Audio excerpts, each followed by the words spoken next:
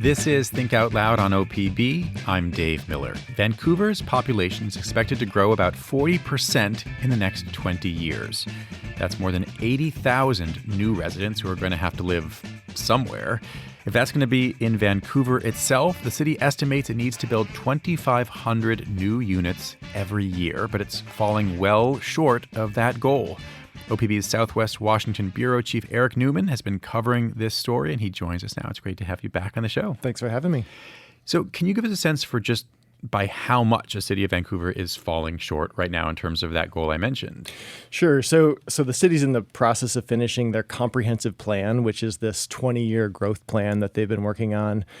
As you said, they're expecting 81,000 people to move here over that 20-year period. So they're saying well, we need to steadily build houses in order to create places for all these people to live.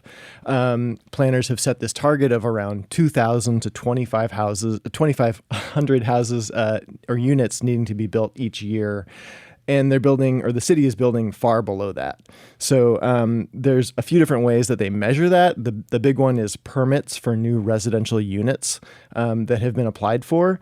And so in 2025, the last year that they were measuring it, the city was well below half of 50% of the 6-year average. So if you look at the past 6 years, it's only 50% that. That's even below this goal of 2,000. If you look at this goal of 2,000, it's only like a third of, trying to reach that point. Wow. So what would it look like in Vancouver if they were actually meeting the goal? I mean, I'm trying to figure out the scale of the development that analysts say is necessary.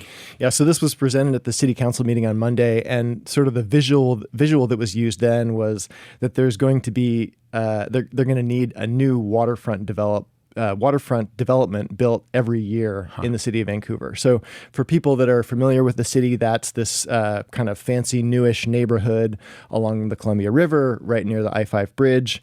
It's about 2,400 units if everything that's permitted was fully built. So they're not necessarily saying there needs to be a whole bunch of tall condo complexes built in different neighborhoods around the city. But that number of units equivalent. Yeah, spread across the city. How does Vancouver compare to other cities in Clark County right now in terms of housing?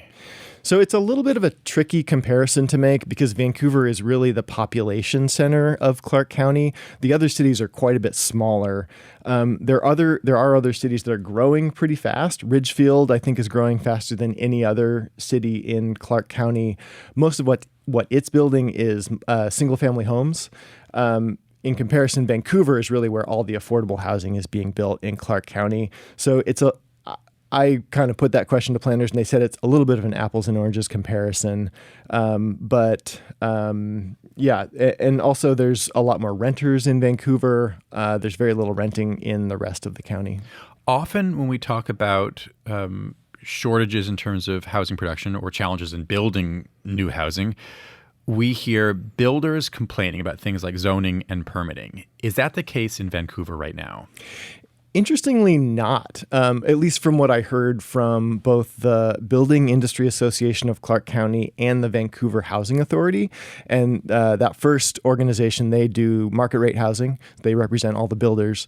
The other one, the Vancouver Housing Authority, does all the affordable housing in Vancouver. So they both said basically the city is doing everything that it can in its powers to try to kind of juice the system and get more houses built. So they had all these different examples of how they're trying to reform zoning and change codes and be flexible and work with builders and stuff. And they basically just said a lot of these actual challenges out there are just outside of the city's control. Okay. I understand one of those is the higher cost of construction. What's driving those costs right now? So it's a combination of, mostly national costs, I would say. So things that people are familiar with: high interest rates, labor shortages, increased insurance costs, tariffs on things like wood and steel. So that's sort of these headwinds that are coming from the national level. And then at the state level, there's just not enough investment from the state's housing trust fund, which is this big bucket of money that lawmakers have created to pay for affordable housing in Washington state. I want to hear more about affordable housing in a little bit. But one thing I noticed in your reporting is that rent levels are flat, which is welcome news for people who are renting.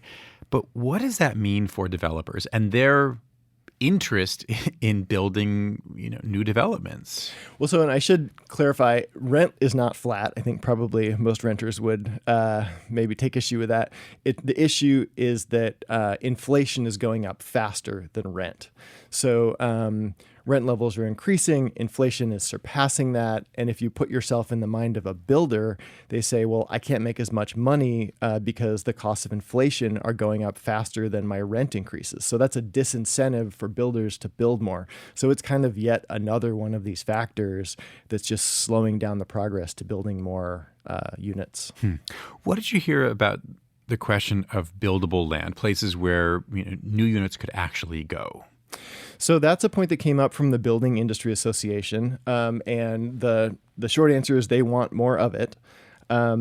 So they argue that it's expensive to do infill building within the city boundaries. It's slower, there's more environmental regulations, more permitting and things like that. So they want to have more raw land outside of the city to build on. The city argues there is enough room within city boundaries to meet these density goals that they want, or to meet these housing goals that they want. So they're going to try and do it through adding density in Vancouver. And some of the builders are saying we want to annex more land to bring it into the city. That's sort of the argument, which is, this big argument about do you encourage sprawl or do you try to focus on density? And I think that's not a part of the comprehensive plan goal right now. So those boundaries are going to pretty much stay intact. Is the shortage of development that we're talking about, is it expected to hit both affordable and market rate units? Yep. Both affordable and market rate, and also commercial construction is decreasing compared to previous years. What are the specific challenges that affordable housing developers are facing right now? So I mentioned it before, but it's this big bucket of money in Washington state called the Housing Trust Fund, and basically, lawmakers have put a lot of money into this in recent years, but it's just not coming up. It's not keeping up with the demand for housing in Washington state. So during this presentation on Monday, they had this big map of Washington state that showed where all these different affordable housing projects have been funded around Washington. A lot of it's in the Puget Sound area. Some of it's in other parts of the state. But the argument that city planners had was basically, for Vancouver's population, we're getting about half the number of grants that we should for affordable housing projects. So a lot of them are just kind of sitting, waiting for funding. It's striking that a lot of the issues that you've been talking about, inflation, tariffs, interest rates, those are all federal things, or state support for affordable housing. These are all things that it seems a local government, like the city of Vancouver, just does not have that much influence over. There's only so much Vancouver City Council or mayor can do about tariffs, for example, right, or interest rates. So what did you hear from folks about what policies they actually want to see at the city level, what they want city leaders to do? They really didn't offer that many suggestions or requests beyond keeping going with what the city is actually doing right now. So continuing to have this flexibility in terms of building, working with builders. Affordable housing developers were saying, we just want to have opportunities for affordable projects to get a leg up to help them secure the space that might otherwise go to other projects. And then one of these planners did kind of leave with this idea that one of the big tools available right now is this big kind of wonky comprehensive plan that the city is finishing, because that's going to basically overhaul land use in the city, and it could open up lots of parts of the city for new housing production, and they're hoping to finish that up in June. Erik, thanks very much. Thank you. Erik Neumann is OPB's Southwest Washington Bureau Chief. He wrote recently about housing production in Vancouver.